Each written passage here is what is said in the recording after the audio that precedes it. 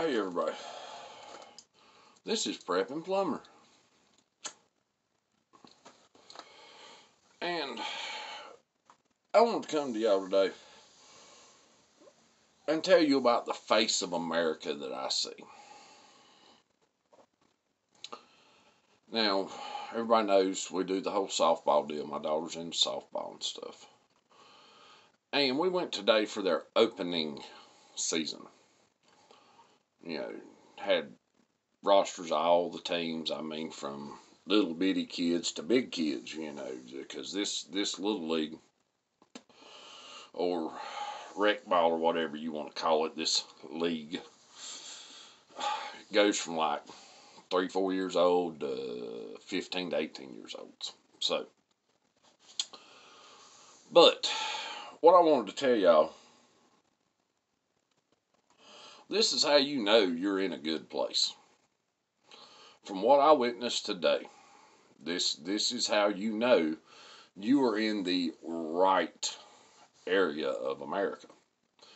So we get out the car, we start heading in to the ballpark, probably 8:30ish. They took a piece of poster board and taped it to one of them little wet floor sign fold out things. It said, please be respectful of people's social distancing. Wash your hands often. And that was it. That was all that was said. So we go and they start lining kids up, what teams they're on, this, that, and the other. And the mayor shows up. He walks out there and he tells his spiel about how important this league is to the community and how this community's been supporting this league for decades, Tells all he's got to say. They throw out a memorial first pitch for a lady that was involved in the league that had died. So her kids got to throw out the first pitch. Then the guy grabs the mic. He's one of the guys who are over the board of the league, He said, okay, y'all take your hats off. We're going to pray. Not, we're going to take a moment of silence. Not, I just seen, there's a chicken on the shelf back here. Yeah, okie dokie. Anyway, not, we're going to take a moment of silence. Oh, we're going to take a brief, no, y'all take y'all's hats off. We're going to pray. And he prayed over PA system across 4 ball fields. Then he said, okay, everybody stand up, leave your hats off. Now, we're going to stand here while they sing the national anthem. And we did. As I'm standing there watching all this, and I'm looking around, this is probably counting parents, grandparents, all of it. There's probably 400 or 500 people there, not counting the kids on the ball fields. And I seen, I think, 5 masks. People's tired of the shit. People's sick of it. People don't care anymore. They was a county deputy walking around without one. They was police officers walking around without one. I don't give a shit. They don't. That's how you know you're in the right place, when the police, the mayor, and half of the to-do people in the fucking town are sitting there using common sense more than mandates. Yes. So, we done the whole softballing deal. We was there till like 4, from like 9 in the morning till 4.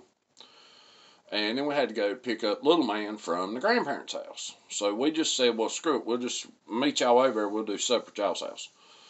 Well, we're sitting there talking. And my parents, my dad more so than my stepmom. My dad keeps up with the politics and stuff more. But they're both bad about watching a lot of mainstream news. Especially Fox, Hannity, and all that. So we got to talking.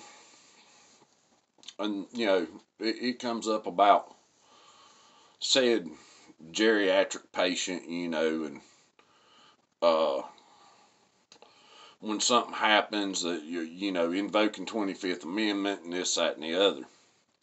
And it was like a light bulb went off in my head. They're pushing all this racial stuff with the media, all this divide in America. Would said geriatric patient being removed from office cause the country to melt down? No, all the conservatives are worried about who would be left in power. Certain VP. Let me ask you this. Did you ever consider what repercussions could be made if the most liberal, non-Caucasian, female president would say be targeted by a mob like Senator Paul was, would be threatened with their life, God forbid, doesn't matter political standpoints whatsoever. I don't invoke violence in any way. But could you imagine the divide that would hit America and the protests and the destroying of cities if some type of unfortunate event would happen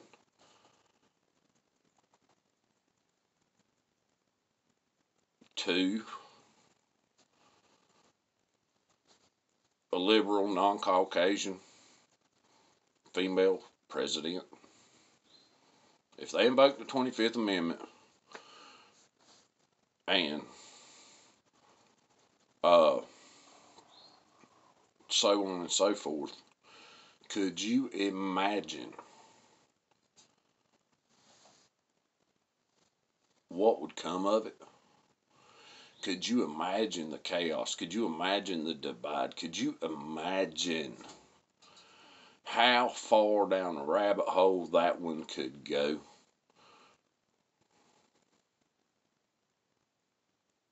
If there was, like I said, God forbid, an attempt on their life. Maybe all this media build up, social media push, cancel culture and everything, it's just the tip of the iceberg to divide America. I never considered that. I always considered said person getting Nancy Kerrigan and 25th Amendment and so on and so forth. But what if that's not the issue? What if the issue is who is left in power that is completely opposite of conservative beliefs and has all the boxes checked for every divide that is going on in America? Racial, they're non-Caucasian. Male to female, and liberal and conservative. So, if something, like I say, God forbid, I don't invoke violence, I don't promote doing anything illegal, immoral, any of that crap. I don't. But just use your brain and war game the scenario and think of the chaos. This isn't some drugged up guy that got um,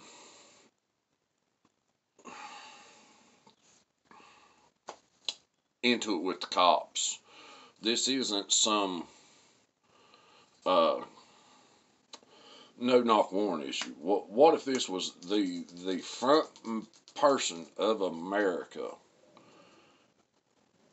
and something were to happen? Everybody would be extremists. Everybody would be enemies. It would completely divide America if something would happen to said person under the right circumstance. Which could be what the push is all along, is just for us to implode ourselves. Just something for y'all to think about. Like I said, it's like a light bulb clicked on when me and my dad and all of us were sitting there talking. Maybe it's not they're going to keep pushing a race war. Maybe it's not they're going to keep pushing for equality, or they're going to keep pushing for um, gender neutral, or they're going to keep pushing back against conservative people. In one fell swoop, they'd have all of it. They'd have all of those fights going on. One unthinkable, unspeakable attempt would be done. At this point, I hope I never see a 25th Amendment invoked, because that could literally snowball us straight into a inside our borders war very quickly. Everybody's saying, oh, well, we'll succeed if this happens, we'll succeed if that happens. There's one person up on that Capitol Hill that if they became standing president and one thing, a threat, a mob, a riot that got out of hand, anything would threaten that person's safety, they'd come after everybody on both sides. Doesn't matter. If you were here, you were there. I mean, like the Capitol riots. Think about it. Maybe it's not the scenario we've all played out in our heads that we're all thinking about. Maybe this goes a little deeper. Maybe there's a bigger plan behind the foreseen plan and issues. And God forbid something like that would happen, because like I said, we would be in the middle of every city burnt down, riots. I mean, it would be martial law. It would be. Just something for y'all to think about. Like I said, it's not a pretty subject. The whole softball thing, that was great. I loved it. I'm surrounded by conservative people with like mindset on certain viruses and such. But sit back and think of what the repercussions could be if something like that would happen. We'd all be screwed. It'd be martial law. People be dead in the streets. So maybe instead of, oh well, this is this and this is that, maybe you need to sit back and just contemplate on it, because there could be a whole lot greater evil. I said I don't promote violence. I don't even like talking about this subject. This is heartbreaking to me to think that America is in this place. To think that America that was fought for, that people died for, has came to a cesspool of backstabbing and back scratching and bribes and payoffs and so on and so forth, to where we can't even really trust anything about it. But as much as I didn't agree with who got elected, and if something were done, like invoking the 25th Amendment to remove said person out of office due to mental aptitude or physical ailment or whatever, the person that would be left in that office